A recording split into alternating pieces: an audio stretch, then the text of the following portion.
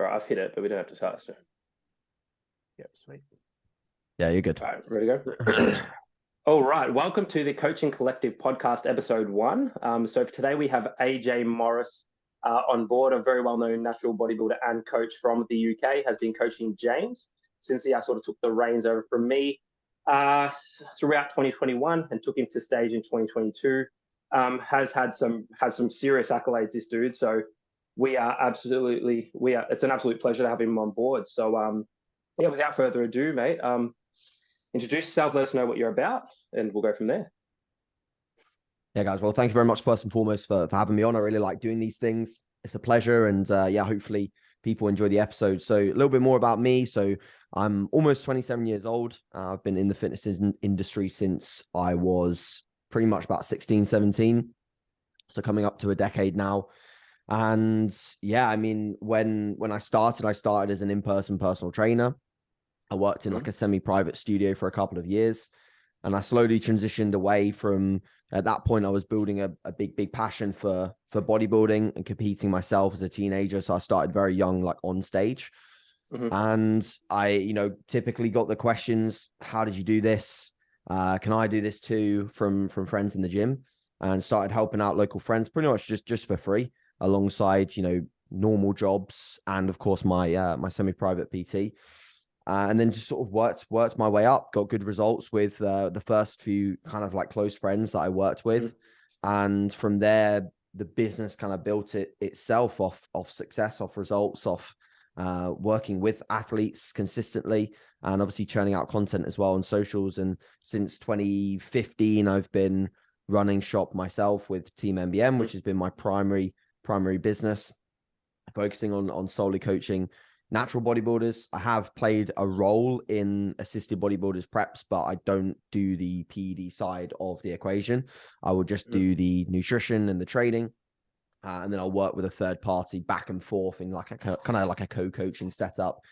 But that's very rare and only happens in certain situations when I have been working with someone for a very long time. So typically my whole client base is natural drug-free bodybuilders looking to compete at the highest level, and whether they're just starting out and they've got a goal to turn pro in 5 years or 10 years, it doesn't really matter to me as long as they're working hard and dedicated. And that's the kind of like crowd of people that I kind of attract is people that, regardless of where they're at, they just want to get their head down and work really, really hard. And yeah, I mean, that's pretty much like the business side of things. And then as a competitive bodybuilder myself, like I said, I started in 2014 competed 2014, 2015, 2017, 2020, 2021.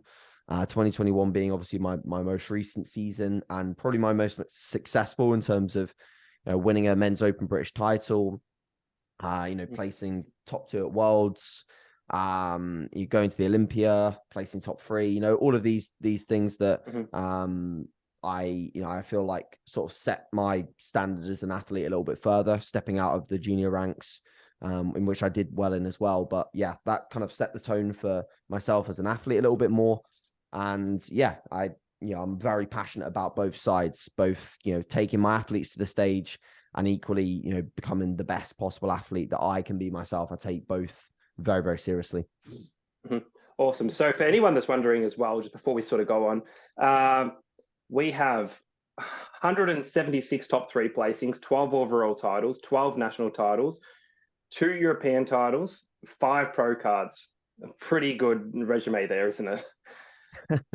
Yeah, it is when you reflect and you add it up. I think the first 5 to 6 years of me coaching were obviously just like gaining pace and gaining momentum and taking a few people to stage here and there, but it really wasn't ever that many. And then ever since sort of 2017, when I started to do well myself and people saw that I could get a lot of other people in great condition too, that's where it kind of like snowballed and started to pick up a lot.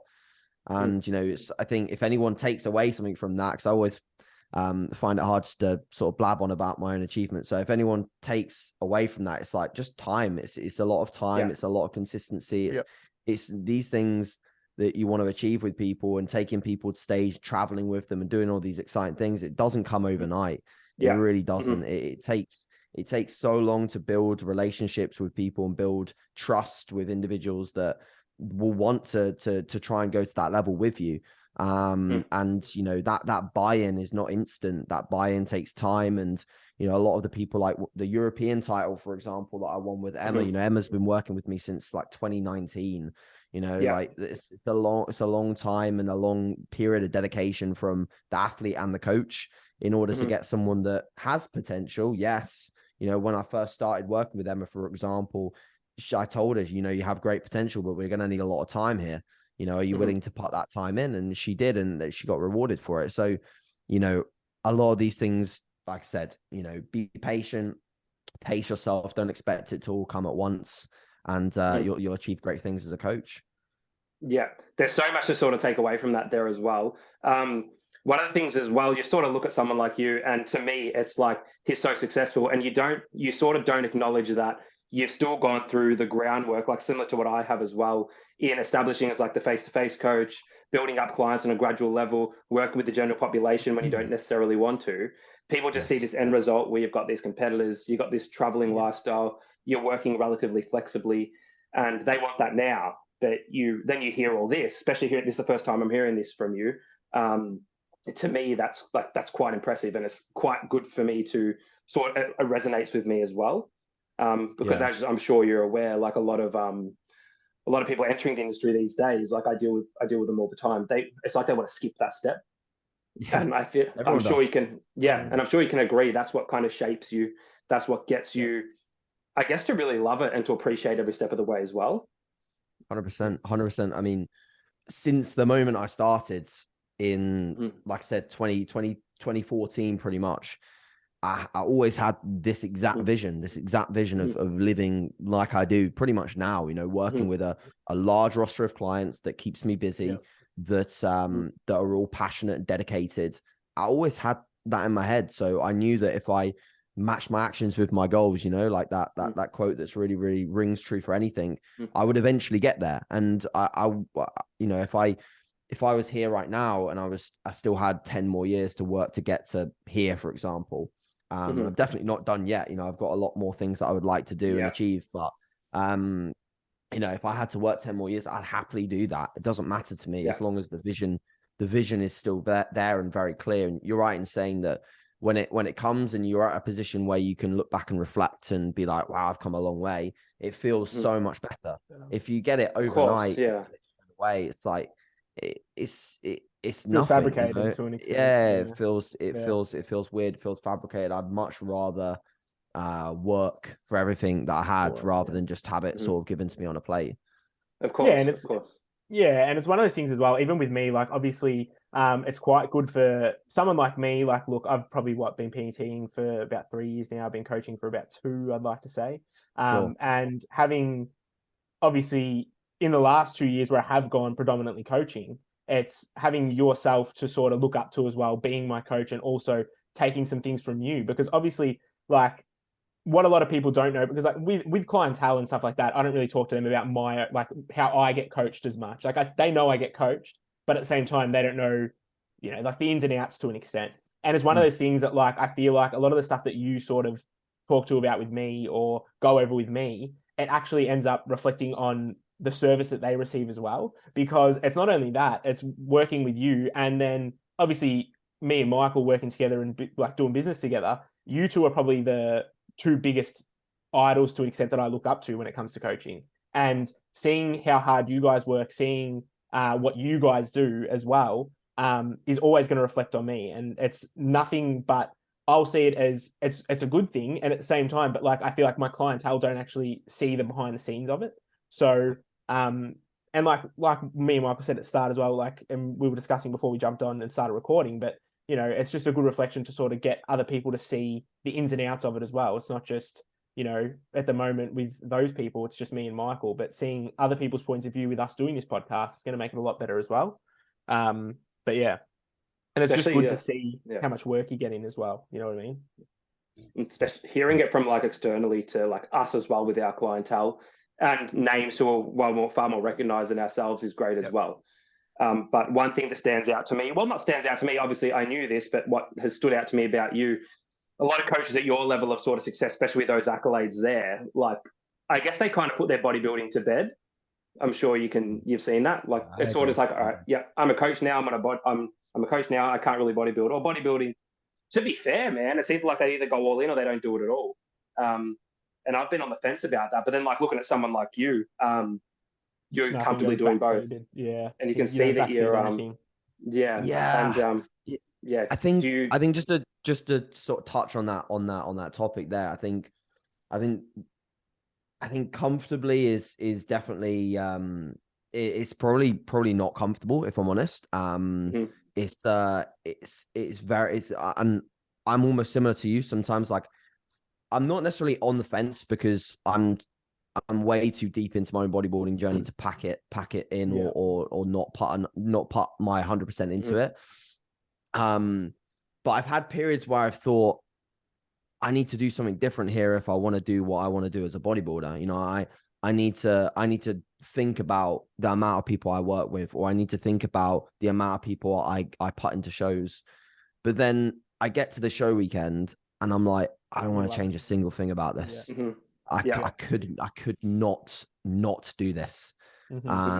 And I've spoken about it to Loz at end as well. Like when I finished last year's season, I almost imagined that I was going to be like, right, next time I want to just do a little bit less and not have so many.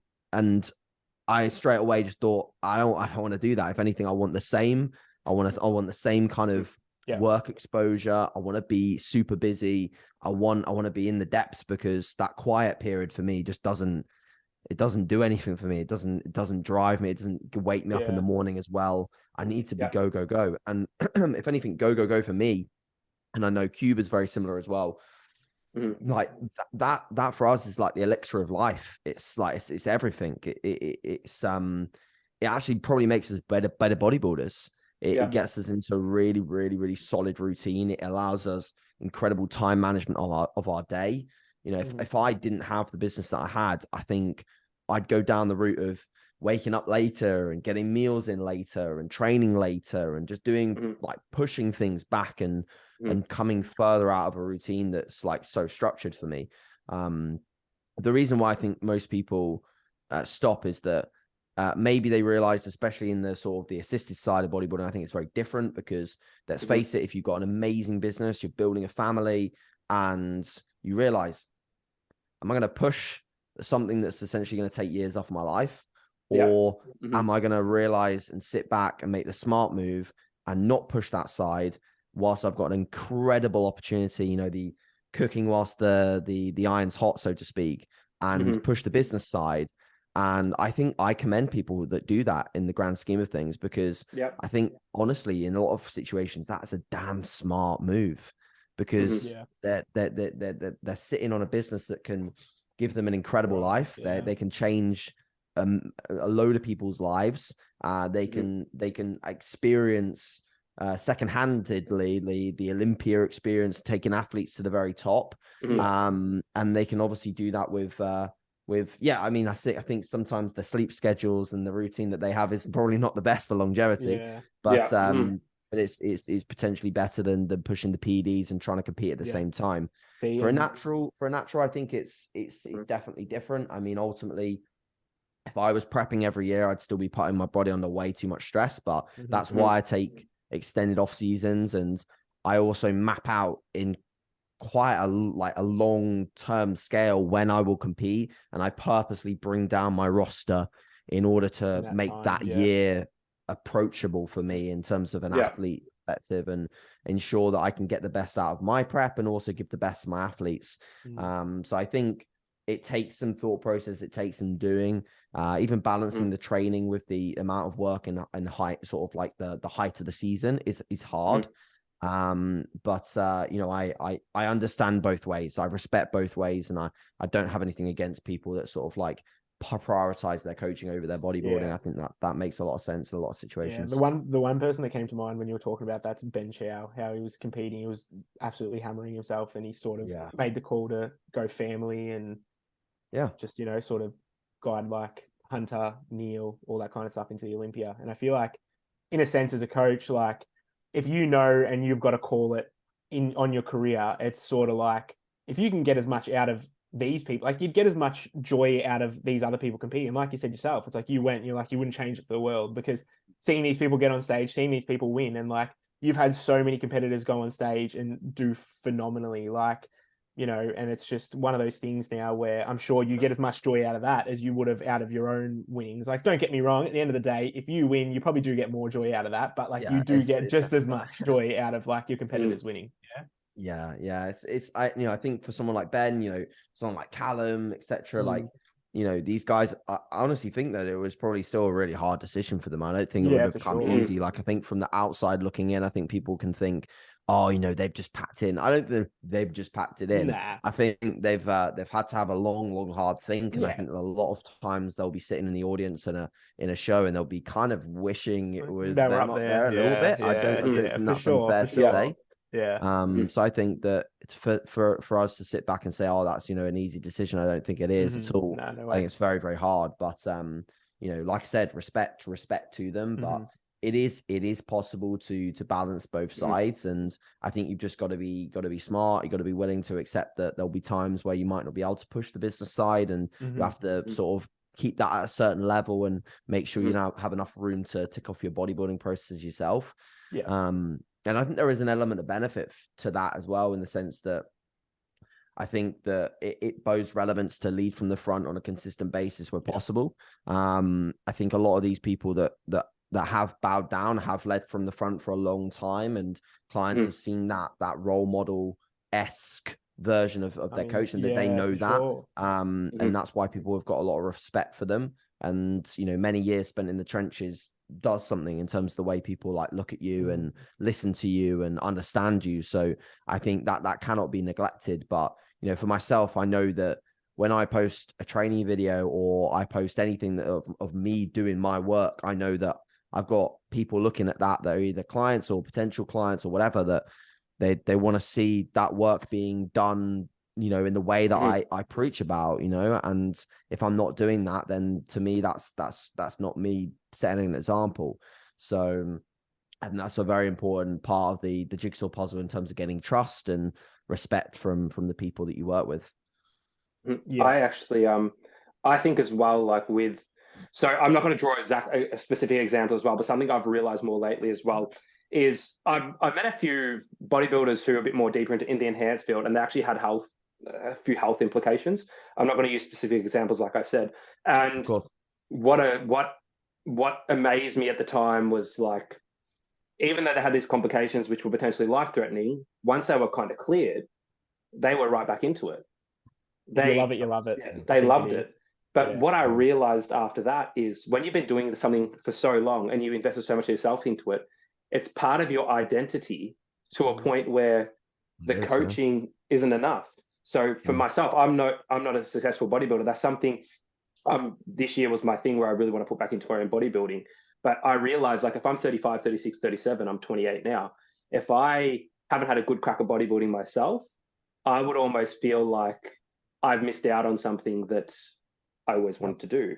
So then and that made me realize I can resonate with these guys. That happens, but it's so important and integral to them, because that's what essentially built their lives, their lifestyles, their businesses.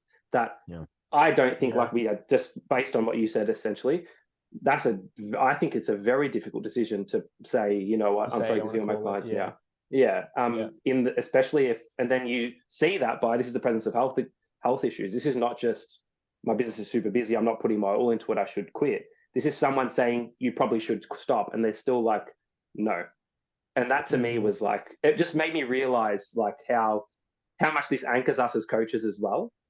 Because I wonder, okay, if I stop training or I got into something else, functional training, whatever, in a year's time, am I still going to have that passion to bring competitors to stage? I don't know. I'd like to think I would, but you don't know. Like, I'm not too sure. Yeah, no, absolutely. I couldn't agree more. Couldn't agree more. Yeah. Yeah. But on that as well. So I guess the natural bodybuilding scene. So clearly you're a natural bodybuilder. And that's something you've had a really good crack at, which commend you for, because a lot of guys in your position would obviously take the plunge. How has that decision been for you? Obviously it's the right decision, it's a decision you've wanted to make, but have you ever sort of had, I guess, thoughts? Yeah, sure. So I always reference a story that I pretty much like had when I started bodybuilding, and that was the fact that before I even competed naturally, I always thought that, you know, I was 100% just going to go down the assisted route. That was locked in stone for me, because when I first started training, even at a small little commercial style gym in my local area, one of the biggest dudes in the gym was an assisted bodybuilder that had competed with the UK BFF and was chasing his IFBB pro card. And he helped me a lot. You know, he gave me a lot of advice, and he never like said, you know, I should go down the assisted route. But like, to me, he was like a massive role model and someone that I looked up to. And you know, just he inspired me massively. So that was like a lot of my inspiration. And then as a result of that, you know, and the fact that I knew straight away that, you know, that was not natural bodybuilding. I knew for sure. And, you know, I wasn't like, you know, not clued up on that side of things, which was kind of probably fortunate for me, to be honest. And then I went to my first show. I competed in my first show, and I saw like the men's open sort of categories come on later in the day, and I saw what you could achieve naturally. You know, these guys who are probably early 30s, late 20s with ridiculous physiques. And you know, one of those actually that was there on that day, funnily enough, when I was like 18 in my first show, was Theo Golab, who I'd in the future work with and take to like his best season of bodybuilding ever, which is crazy how these things come around. But I know I saw his physique and I was like, what the hell, you know, like I didn't even believe that was possible. So from that moment, I kind of like, I flicked a switch in my head and I realized that, well, if I can chase that down, you know, at least for now, then I'll be more than sort of content with that level of muscle mass and conditioning. And I just got really attached to natural bodybuilding and realized that the look at the highest level, you know, WMBF Worlds and the Olympia and things like that, you know, I started to find like Lane Norton and Brian Whitaker and all of these like top names. And I realized like, wow, there's huge levels to this. And that to me was enough to seal the deal and sort of get my head down and work towards, you know, the goal of being a great natural bodybuilder. That was kind of in that moment right there. And then ever since then, if I'm honest, like, even though I've been through so many different environments where there's been, you know, a lot of assisted bodybuilders to look up to and to make friends with and to communicate with, and every single time I've just never been strayed. I've never been strayed from the thought of you know, staying natural. For me, it's always been something that I think very much like you said, mate, it's now very much a fixed part of my identity.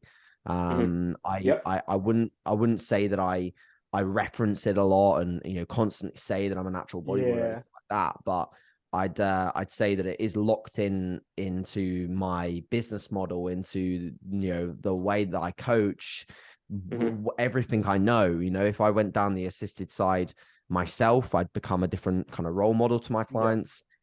If I went down that route, I'd attract attention of people who wanted to be helped through assisted preps. You know, it'd be very, very, very, very different. It'd change the landscape of everything that I do, and I'd have to learn a huge amount more, which I'm obviously, you know, willing to do. But for me, I feel like I've learned so much about the natural bodybuilding scene that it favors me to stay in my lane a little bit and keep working on mastering my own craft.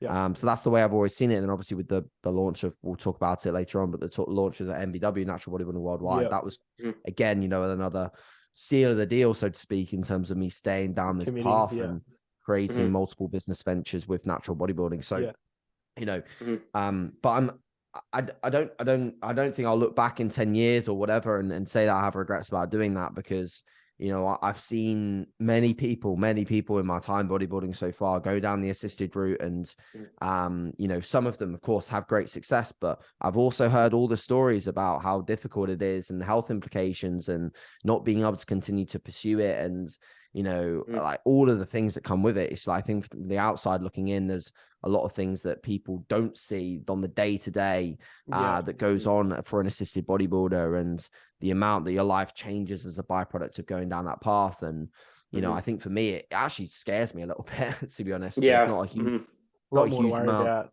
there's not a huge amount that scares me in life, but I think it does definitely scare me a little bit. So yeah, like that's kind of where I'm at. But equally, you know, like I said about the whole, you know, prioritizing the coaching thing, it's the same thing with people that go down that path. You know, I have massive amount of respect for them. And I think that, you know, when people have done at least one natural bodybuilding prep and, you know, seen that through and realize that they love the stage, I have respect for people that want to go down that route if they do. So yeah, like that's like you were saying anyway, and like you said, it's sort of the crowd you attract. Like, I know we said we're going to run on this as well, but like for me to go coaching with you, I genuinely went to you because I was like, he's a natural bodybuilder. He preps natural clients. I'm natural. I'm going to go with him. And it was one of those things as well where it was during my prep that I was watching, because you prepped when I did my first prep. So my first prep was in 2020, and Michael obviously coached me for it. And that whole prep while you were prepping, that's when I started following you, and I was following your entire prep. I was watching everything, and it was sort of like, you know, just watching stuff to sort of get an idea of where you were at, what you were putting out as well. And leading into that, that's obviously where I decided. I got to the end of my prep with Michael, and I was like, you know what, I want to go into an off season. I want to compete again. And I tell a lot of people that I dropped Michael because he was a shit coach, but it wasn't. I couldn't keep. He'd be like, "Oh, you couldn't hold me down." Could I get a pizza this weekend? Yeah, get a pizza, mate. Yeah, Like, go so enjoy I was like, it. I don't want to do an off season with Michael, because if I ask for something, he's going to give it to me as if he's going to tell me no. Whereas with you, it's like I have to front you, and it's like I have to tell you, oh man, I did this, or I had this, or whatever. So having a coach as well that wasn't my brother also helped with that. But I knew going into an off season with Michael, it was going to be a mess. It was going to be like Michael was sort of guiding it. I was just sort of telling him what I wanted him to say. So I knew I had to go to you, and I knew, because again, natural bodybuilding is your thing, and I knew going into it that if I had that guidance from you, you've been through what I've been through to an extent, because my first prep wasn't very grueling, to be honest with you, but not as bad as the second one. The second one was pretty bad, the one that I did with you. But that's all right. He wasn't. It's a story. It's a story for another day. He was in lockdown for the first prep, so all he had to do was eat and train. Yeah. All I had to do was eat and train. I was a bodybuilder. Yeah. I was a full-time bodybuilder. Government funded as well. I was getting government funded as well. I was literally getting government funded to bodybuild. It was ridiculous. Incredible. But yeah, and it's like one of those things. But on the note of that as well, saying that, like, you know, you sort of want to stay your lane. Would you ever eventually move on to coaching enhanced athletes, even if you did go down the path to learn a lot more? Or is that just an absolute no-go? You'd never do it. I know it's hard to say never. You never say never, but at the same time. Yeah, I don't think so. I don't think so. It doesn't really sit super well in my conscience, and I think that there is like so much I have to catch up on. You know, I often ask people and they say, "Oh, well, you know, it's actually more simple than you're making it." But I could say that to someone about natural bodybuilding, but it's really not. You know, there's so many intricacies that I think you learn over the course of time. And, you know, when you're working with people that, you know, want to get a pro card now, and I feel like they'd be beneficial going to someone that's had, you know, years and years and years of doing it. You know, even with natural preps, you know, it's like, you don't often nail it in the first shot. You know, you learn, you recalibrate, and then you go again, and you make changes, and you rebuild. And you know, that's just the benefit of time. But when you're working with short-term processes and people want things now, and people have to progress through the ranks, you know, they have to get a pro card in this season. It's like a completely different ball game. You see some preps go on for like, you look at someone competing, they're like, you know, doing show after show after show after show, trying to chase this pro card. And I feel like that's a situation in which obviously it's very difficult for a coach and takes a lot of experience to be able to manage that. But equally, it's like you're working with a completely different psyche to a natural bodybuilder, where a natural bodybuilder, it's like it's not a hobby. It's very serious, right? You know, it's part of their, it's part of what a huge amount of what they do. But when you get an IFBB pro card, and if you've got IFBB pro card potential, and you can go like up the tiers with the sponsorship opportunities and the things that come as a result of that, you're working with, you know, not just people's bodybuilding endeavor, but you're working with a career. You know, Yeah, you're working with someone that could be actually creating their life with that. But they're also risking their life with that. And to me, that's a lot of things to juggle. Deal. Yeah. It's a lot of things to juggle. Yeah. So I think it I would understand that. There's definitely not enough doing an weight. injustice to do that.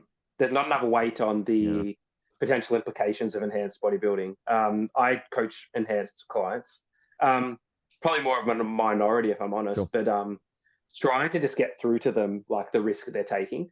I'm not even going to say the risks, like the immediate, like the health risks that we're all aware of. And they just more even, but even more the sake, it's like, I just want to do it once, and it's like, that's not going to happen, man. Like, and then and some will be like, oh, like that. yeah. I got a client at the moment, and you don't just stop. I got a client at the moment who he's intent on doing an enhanced show, but just trying to. That's not something that I want to. It's not that I don't want to guide. I know that if he does this, takes that route, especially being a little bit of an older guy, like he's around the 30 years old mark, that's going to be something that he might have to see through forever. And just making him like the last thing I would want making him aware and understand that the last thing that I would want is to say, okay, man, we can do this relatively safely or as safe as we can, and we should be fine. But I have to follow with, but you need to understand that this could be something that you may have to continue to do or will continue to do. It's not something you just do for 2 years. Like, it's just not.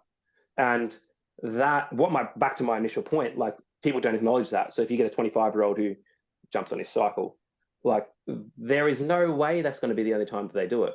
Like, if for their health, it's probably not going to be. They're going to probably need some kind of TRT at some point, and most people don't want to accept that.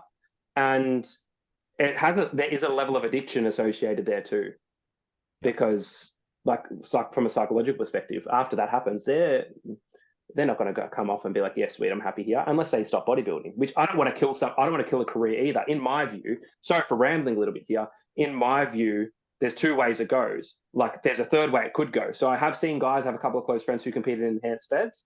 They came clean after it once they sort of wanted a break, and they stayed clean, kept training because they love training. The two ways that it most commonly goes, in my view, is either they do it once and then it's a thing they just keep doing. So they keep blasting, cruising, coming off, coming back on, whichever way they decide to go about it. Or they come off and they stop training.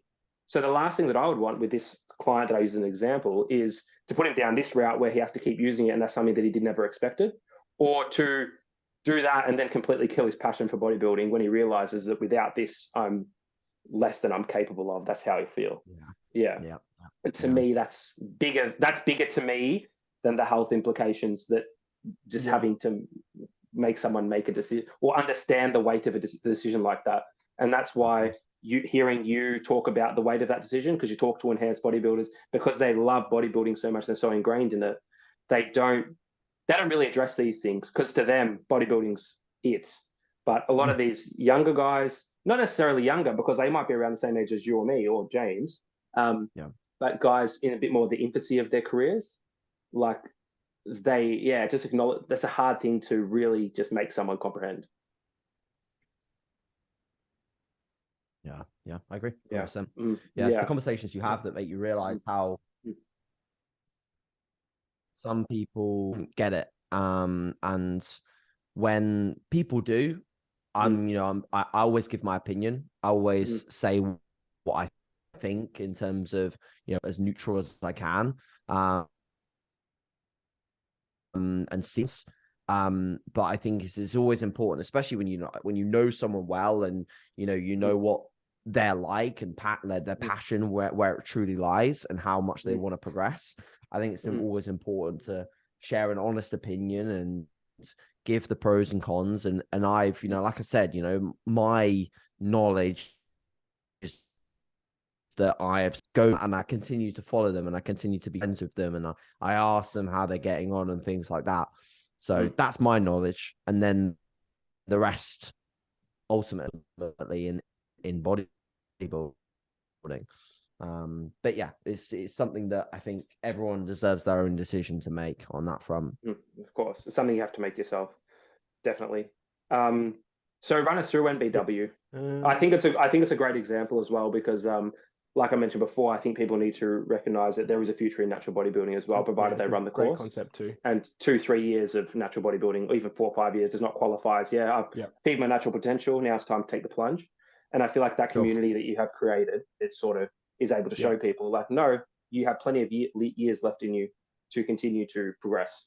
Regardless of decisions I've made or others have made, like I still stand by that you have way more potential to make as a natural competitor or just a natural individual than what we're led to believe. So that's that's a large part of why NBW was set up, is that I think there are outlets for natural bodybuilding now that are starting to publicize it a little bit more and raise awareness, which is great. But there hasn't really been like a true platform where people can feel like they're truly part of community and post their journey and share it with others and ask questions and feel like they're part of something. And I think that's even if people aren't members on the site, I think that the identity of a natural bodybuilder is now kind of a little bit more confirmed by people. Just like the clothing has been one of the most popular things I've ever sold. It's just literally like a simple basic hoodie with a tiny little logo on it. But I think the thing is, it's like it's an identity. It's people feeling like they can be a part of something, which I don't think has been around yet. Truly feeling like they can be a part of a truly natural bodybuilding community. So that's what we wanted to do. Obviously, a big part of the site is the education side of things and passing on my knowledge that I've learned from very, very clever people in the industry, passing it down, but making it digestible and really speaking to people at all levels. I think that's one of the probably the biggest confusions or people misunderstand about the site, is that it is literally for anyone that is at any level, like a complete newbie to bodybuilding. Like, yes, arguably need to know how to get into the gym and train relatively efficiently to be able to be a part of the site and make the use of the content. But even someone that's just looking to can start to control their diet and understand energy balance can sign up to the site and get a really good idea of where to move forwards, all the way to someone that's looking to map out and periodize a prep or an off season. It's like there's so many levels to the site and everyone's there to obviously to help you. So that's what really we wanted to create, because I was finding that where I'm at in coaching now, I don't really want to go much higher in terms of the people that I work with. I don't often onboard people at the moment. Sorry to cut you off. How many people do you have on board at the moment? At the moment, I work with 85, and I don't really want to ever go higher than 90. I've been in triple digits before, and trust me, it's not something that I enjoy enough to I say it's not something I enjoy enough. I do enjoy it. I love it, but it takes the enjoyment away from me, if I'm honest, because it feels like it becomes work.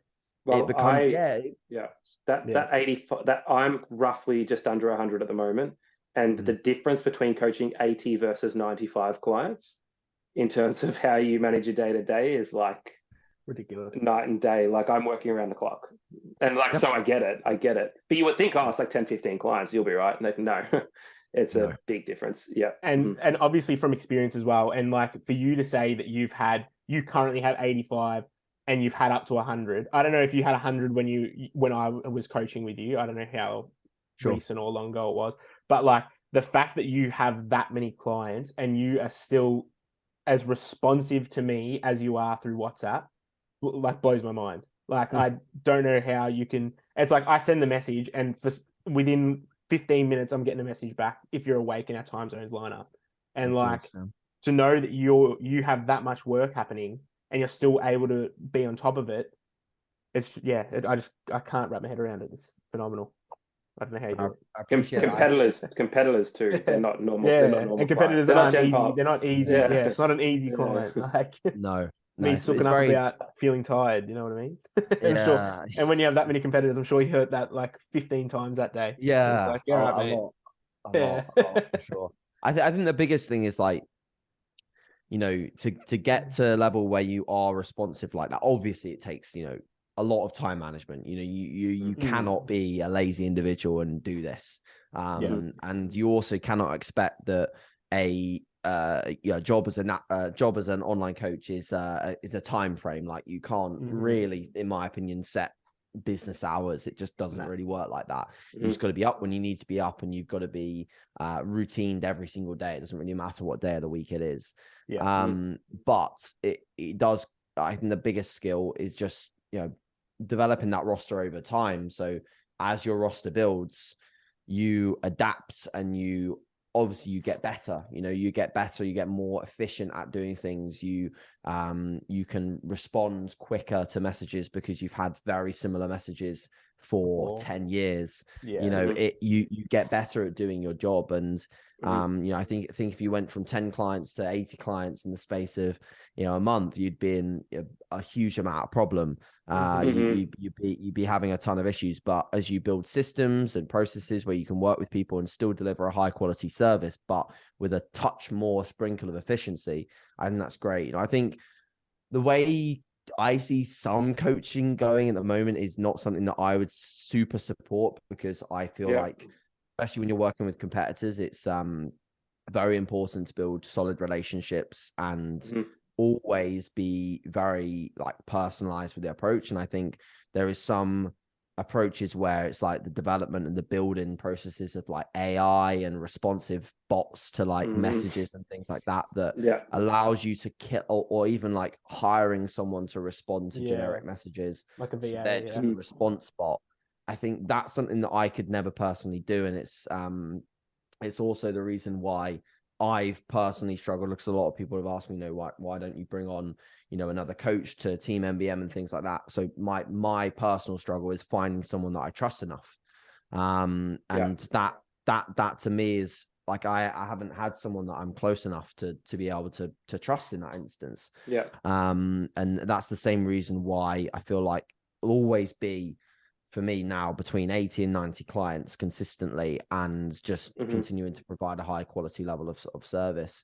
Because I feel like if I consistently went higher, I knew for a fact that at some point my respect as a coach would be questioned, and I don't want to ever allow that to happen.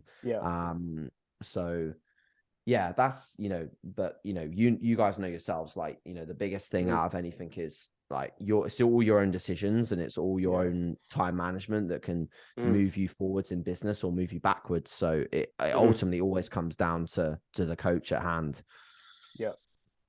But yeah, back onto MBW, because I feel like we are straight off a little bit there. But it's one of those things as well, like even from me being on it and going through a lot of the content, like you can tell how much effort that you've put into every single module that's on there. And not only that, now I haven't looked into it recently, but Loz has her own module on there as well now. Is that correct?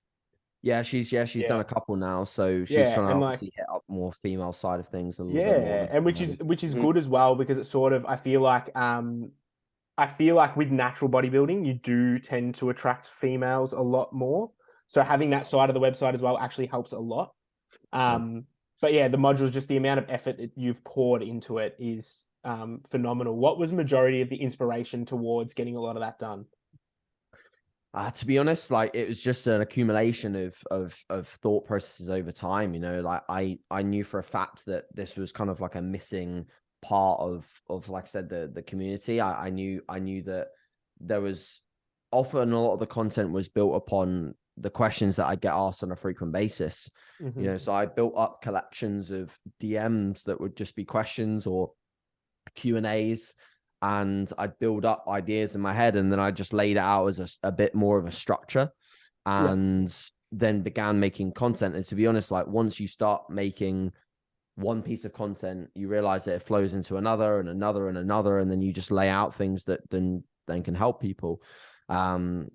So, you know, basically, you know, what I set as like a spider's web of the content was like, how can I get people that can't currently invest in coaching to be able to do a lot of it themselves, and to be able to do it pretty well. And I genuinely think, I said to Loz when I finished the content on like the contest prep series and the off-season series, I said, if someone took the time to actually go through every single one of these videos and make a lot of notes, I genuinely think they could be a very high level bodybuilder with just applying those strategies and just, you know, being their own coach essentially. Because there's even, you know, like everything's there if you want it. You know, there's coaching sheets, there's There's how to take you through every single process. And, you know, if you apply that, I think you could be very, very good. So yeah, that was really the goal with the content. How many members do you have on the site at the moment? We have just under 450. The last time I checked, we were like 441. So it's not bad. Yeah, it's good. Not too bad. How much is it? How much is it weekly? It's $7.99 a month. A month, so, okay, monthly. Yeah, that's pounds, yeah, British pounds. Yes, that's pounds. Yeah, yeah. 15, 16 Australian. Yeah, nothing that's for the value like that you're getting. And like the thing, like you just said, it's like you're with a lot of the, and like again, like this isn't just from you saying it. Like I've seen this firsthand. Like I've used the website, like, and it's one of those things where it's phenomenal. And you're right, for like especially Australian, to relate it back to us, but it's $15 a month, and you can literally coach yourself into a show, like easily. Mm-hmm. And like if you're, like you said, it's hard for you to pay, or you can't get a coach, like you can get everything off the website, which is awesome. Yeah, like even people that, you know, we had a lot of people last year that wouldn't wanted a second eye from like either me or Ben or Keith or, you know, whatever, and they just pop pictures in their log and just tag us in and ask for an opinion. And like, you know, if they've used the content and they post pictures every like 3 weeks or so, like that's that's literally, you know, you're looking at $7.99 or 15 Australian dollars for a decent bit of coaching. Obviously there comes like a middle ground, and you know, luckily at this point we've never had anyone that sort of like stepped away from what I feel as fair, because it's obviously not fair to be checking in every single day or every single week on a log thread and asking for an opinion. But you know, we feel like everyone on there is respectful, and you know, will occasionally ask for an opinion, or you know, this is the way that I'm laying out my peak, you know, what does this look like, or this is the way I'm laying out my training, what do you think? And they obviously don't expect, you know, some like massive drawn out answer with a definitive, you know, step forwards on everything, but they ask for an opinion and they get an opinion, and then that's really the quality of the site. And we've got we've got so many athletes that have, like, the whole purpose of the athletes was not only have people that I trust, but also have people with a very different opinions. You know, everyone trains a slightly different way. You know, not everyone is you know, logbook back off, top set back off, and you know, low volume, high intensity. It's just not that, because I wanted to prove that you can get results. You could be a high level bodybuilder with kind of a lot of different strategies. Because I don't want to be this Natural Bodybuilding Worldwide as a cult of just people that train in a certain way. I want to be Natural Bodybuilding Worldwide is this community where if you train high volume or you train low volume, or you know, do it this way or do it that way, it doesn't really matter to us. What matters is that you get results and you enjoy your process. So that's the reason why we've got so many different athletes on board, for sure. Yeah. And I loved as well that, especially like you being a lot more in that natural field. And I can't remember for the life of me what podcast it was on, but I remember you saying that you wanted to be able to get these natural athletes like Keith or Adam or Allah or any of those guys, and give them something, whether it be a little bit of money, just so they're able to advertise themselves to a set on the website, like they're an athlete for the website. And, you know, you're getting videographers out for them. And it's so good that you're able to invest into the industry because of how much you love it. And like your passion's there for it. And you really want to invest all that money into it. Yeah, that's it. And you know, at the moment, the site is pretty much what I do every single month is I invest all of the money back into the athletes, which have their own contracts. And then any money is left goes to videography. And that's pretty much it. So I pretty much spend as much as I can to keep it growing. And obviously every single month that looks kind of a little bit different, but we're a consistent number now, where I know I can get a certain amount of videos out. I know I can keep up with the athlete contracts. And that's it really. So, you know, full sort of like disclosure there. It's not going to be a money making thing for myself, at least, or even Loz for quite some time. You know, I realistically don't think it will ever make us money back for about maybe 5 or 6 years. But and it just goes to show the passion. It shows the passion behind it as well. That you're willing to sort of not Yeah. lose money, but you know what I mean, not make any money out of it, just so it does well and it sort of pushes the That's industry. it. I'm comfortable staying even. I think I'm Yeah. a little bit nervous about going into like spending more money and not having like anything sort of like staying stable with the site. But it's even things like, this year we're going to be a headline sponsor of the Worlds, the The INBA, Worlds, PNBA yeah. Worlds in I saw Manchester. that, yeah. Nice. And Okay, great. Yeah. Yeah. that's like a huge level of investment. But I'm super close with the UK FBA. Like Lee and Amy, who run it, are like some of my best friends, and I know that investment is going into the right places. And we've been around for a tour of the venue. It's unbelievable. It's like it's going to be a true spectacle, and doing things like that where I first got invited on like a trip to Worlds when I was as a junior, when I was 21, with the UK FBA, and it was like all expenses paid to the States. It was my first ever time in America myself, and that opportunity. I remember in December, after I sent Lee an email, and I was like, what can I do to sort of give back to you guys, because I feel like I'm a bit in debt to you for taking me on this opportunity. And that's when I kind of started. In that year, the year after, 2018, I started filming all of the shows and posting like highlights on my YouTube of the UK FBA, trying to build the federation a little bit, build a bit more social media presence. And ever since then, we've become great friends. And I've always said to him, I want to make sure that we can do something here where I can consistently give back and ensure that this keeps moving forwards. And every single year it's gotten bigger and better. And great clients have been, great clients have competed with the UK FBA.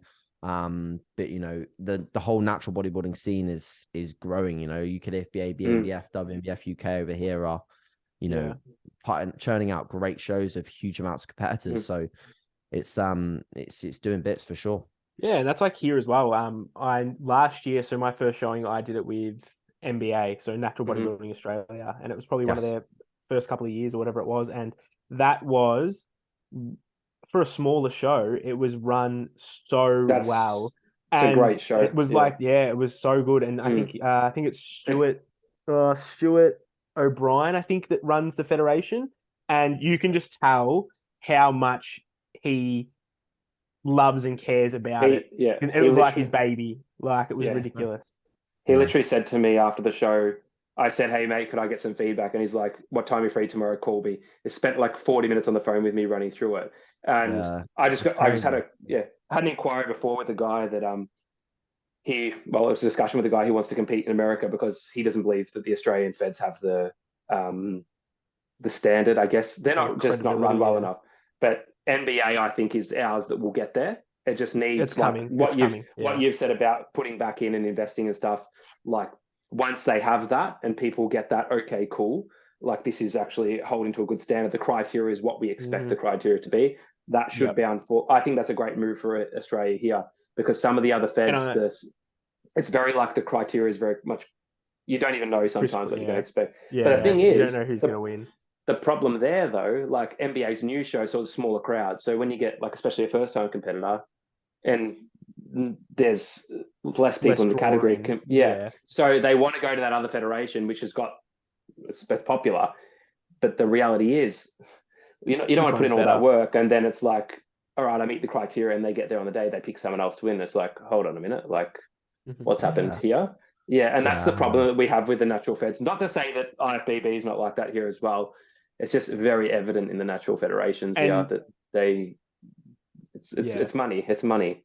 And the thing is, as well, I find that a lot of natural competitors, especially in Australia, it's like they're into Australian natural fed and then IFBB for bodybuilding. You know what I mean? Whereas you don't have, like, especially because of through you and a lot of your athletes, I've then gone from natural in Australia, looked at criteria, looked at what they've looked like, and then I've gone and looked over at like the UK DFBA and all that kind of thing.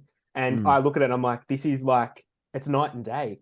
It sounds like, I don't want to bash on, like, again, my federations and stuff, but it's sort of embarrassing. The difference between the caliber is just outrageous. Like, the UK scene for the natural bodybuilding, even compared to America, is phenomenal.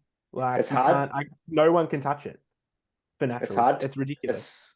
It's hard to convince, like, Aussies as well to say, Like people say, I want to do season A or season B. We have 2 seasons here essentially, yeah. Like you either compete in April or you compete in October. And it's hard. Like I have people that say I want to do season B, but I have this, and this on. And it's like, why do you have to compete here? Do you know what I mean? Like you can go anywhere in the world. Yeah.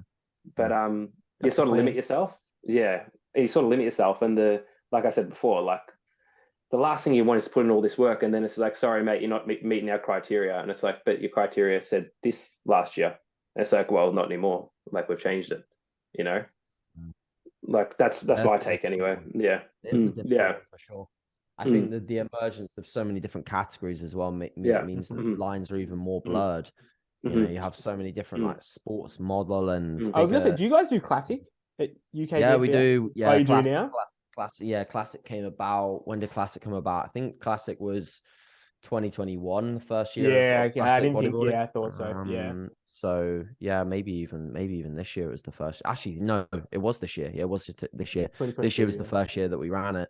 But yeah, I'm in 2 minds about it because I think a good natural bodybuilder is probably going to be like a good classic bodybuilder. Like they're both kind of the same thing.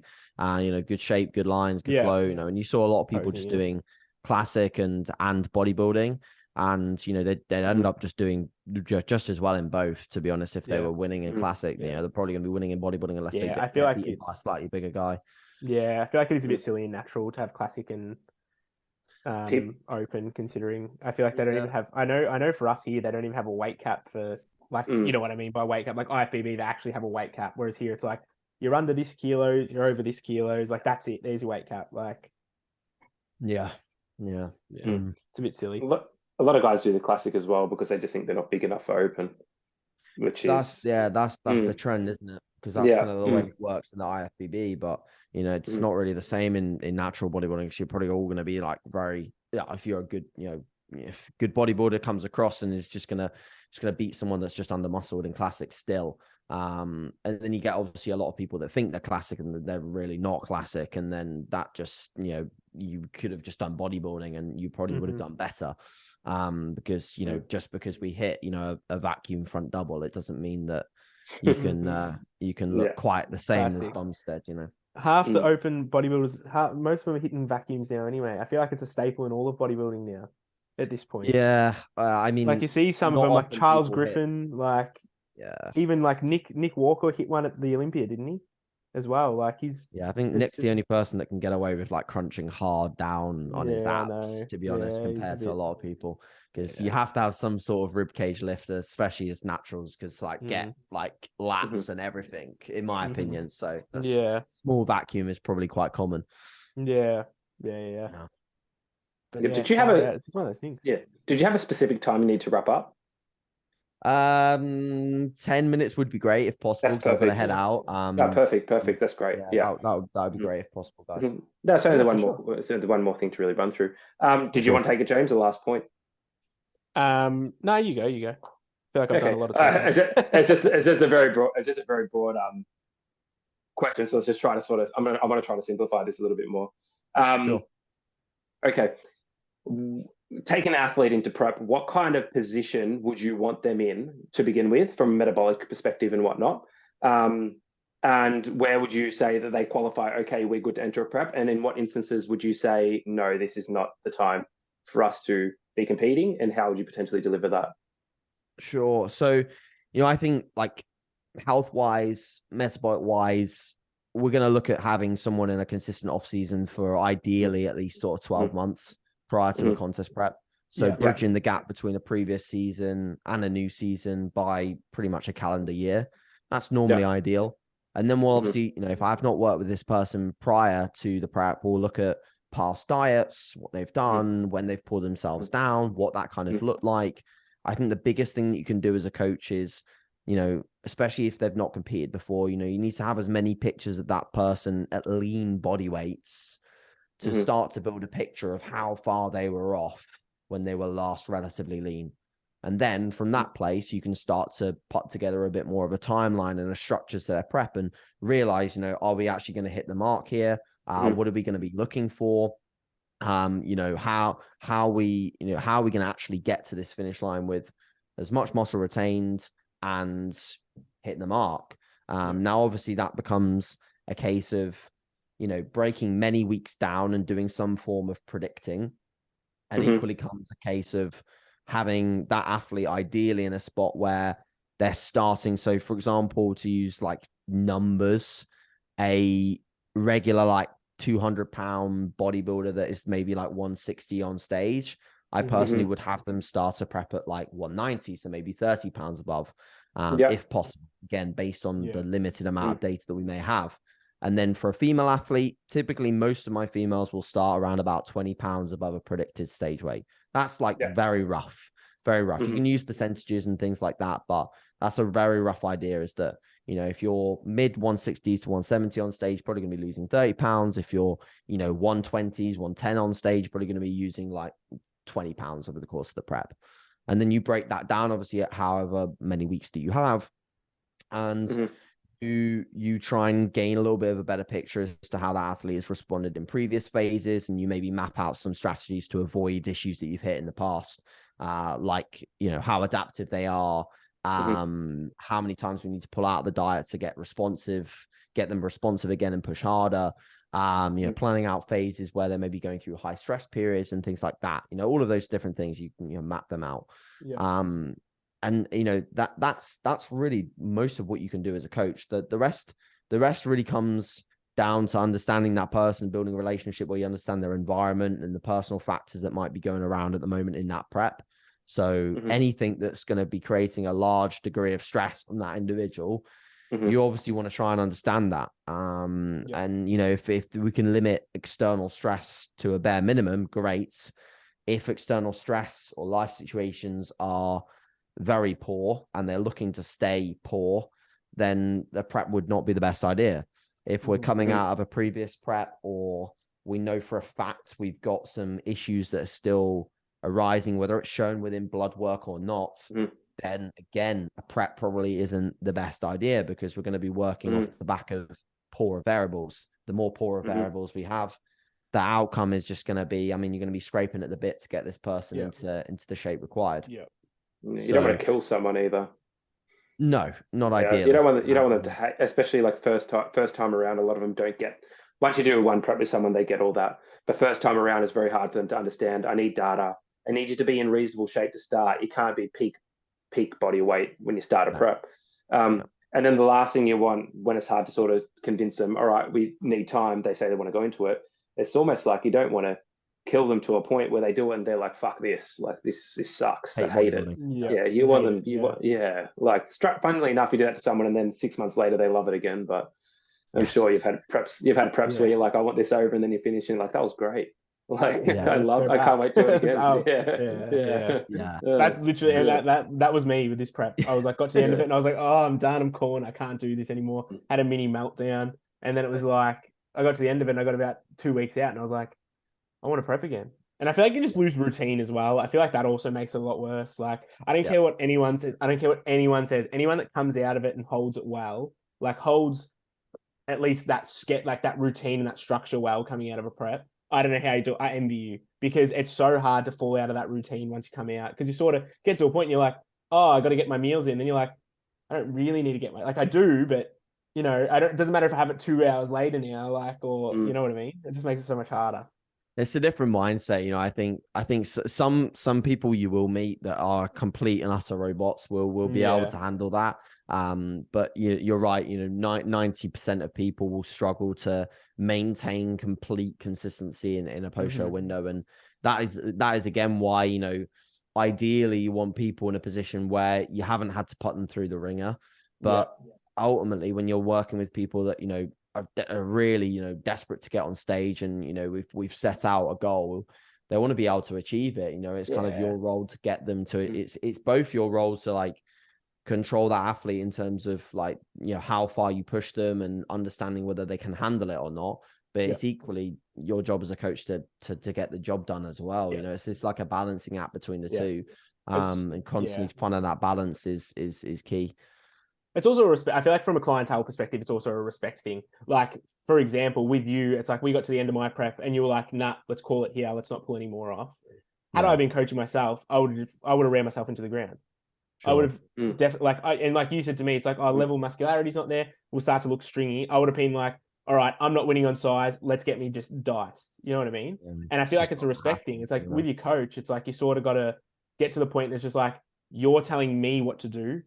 I'm just going to do what you tell me to do. And it has to be like that. Yeah, it does. Yeah, 100%, you know, and you meet a lot of those situations where people start a prep and they're like, right, I want to just get, you know, Brian Whittaker peeled. And don't realize that, you know, like even someone like Brian or someone like Ben Howard, like they hit their prime when they were the, you know, early 30s. And that's when they got the hardest. That's where they got the most conditioned. And that was after decades of training, decades of consistently getting after it and building up that maturity, you know, that maturation of muscle. Like that's what gets you harder, you know. Some people can get really hard when they're a junior or a teen. Even sometimes you see some anomalies, but again, that's a large part down to the fact that maybe started extremely young in terms of training with weights, or again, they are genetically endowed to have very dense, hard muscle on stage. You know, some people it just takes a little bit longer. And again, you know, it's the coaching eye that kind of comes in at that point, and it's the fact that, you know, I was able to confidently say that to you without sort of second guessing it so much, because I've seen so many situations where people just haven't got enough muscularity to take any more body fat off without compromising the overall bodybuilder look. You know, you're stepping on stage, you want to still look like a bodybuilder. You don't want to look like someone that is just competitively dieted and pulled away every bit of body fat, but lost fullness and lost shape as a byproduct of it. So it's a difficult conversation to have, but it's an important one, because otherwise you're selling something that just can't be achieved, which is unfair on that client. And it definitely does make it a little bit tougher as well. And at the same time, it's like you said as well, you want to build that relationship with the client too. But then, you know, you build that relationship with the client. This person thinks you're like, you know, you good man. It's like you say, hey mate. Like with me, it's again, I do this for a living like you, so I know what to expect. But someone that doesn't, it's like, for you to be like, for you to come in, imagine I'm like, yep, I feel good, we're looking good. I log into my check-in and it's like, hey mate, you don't have the level of muscularity there to get leaner. And then I sit there and it's like, shit. It's deflating. Like, you're like, do I not? Like, you know what I mean? It's just harder, but is what it is at the end of the day. It is a tough one, but I think tough loving coaching is such an important thing. Such an important thing. And, love it or hate it. That's it. You get guys that don't want that. Oh, people will jump coaches because they don't hear what they want to hear. I've seen it. Yeah. I've done it. I actually inquired with Kuba, and he basically said, mate, you're not doing season A. And I remember hanging up the phone, like, I said this on my podcast the other day. I hung up the phone. I'm like, fuck him. Like, and then I inquired. And then I started with someone else. And like when I got to like 10 weeks out, I'm like, fuck, I should listen to Cooper, man. Like, this is, he'll fucking love that, mate. Don't tell him that one, because he'll put that in a reel. Legit probably will. Let him know. Write that down. Make sure you note it towards the end. Well, thanks for joining us, man. We really appreciate it. It's been great to get to know you. Thanks for coming on, man. Yeah, appreciate it heaps. Not a problem. What was your Instagram handle? So my Instagram is AJ_Morris_. Yes. Sure. So if anyone wants to follow, go follow. That's where I post the majority of my content, and then obviously like Natural Bodybuilding or naturalbbworldwide.com is the site if anyone wants to check it out. But like I said, thank you for having me on, and hopefully anyone that's listened has found it helpful. Yeah, I think it definitely will. It's been great. Thanks. I really appreciate it. Yeah. All right. Awesome. Awesome. Thanks, mate. Thank you. And have a good day. Have a good day. Speak to you guys later. Catch you soon. We'll see you soon. All right. Take care, man. Bye. Thanks, man.